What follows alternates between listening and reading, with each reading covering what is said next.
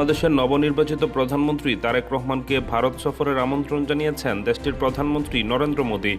মঙ্গলবার তারেক রহমানের হাতে ভারতের প্রধানমন্ত্রী নরেন্দ্র মোদীর পাঠানো চিঠি তুলে দিয়েছেন সে দেশের লোকসভার স্পিকার ওম বিরলা। চিঠিতে তারেক রহমানকে শুভেচ্ছা জানানোর পাশাপাশি সুবিধাজনক দ্রুততম সময়ের মধ্যে ভারত সফরের আমন্ত্রণ জানিয়েছেন নরেন্দ্র মোদী।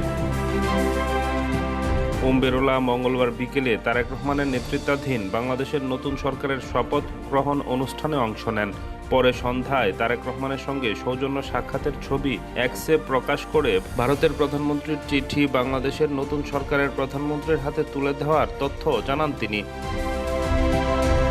ওম বিরলা লিখেছেন, বাংলাদেশের প্রধানমন্ত্রীর সঙ্গে একটি গঠনমূলক বৈঠক এইমাত্র শেষ করেছি।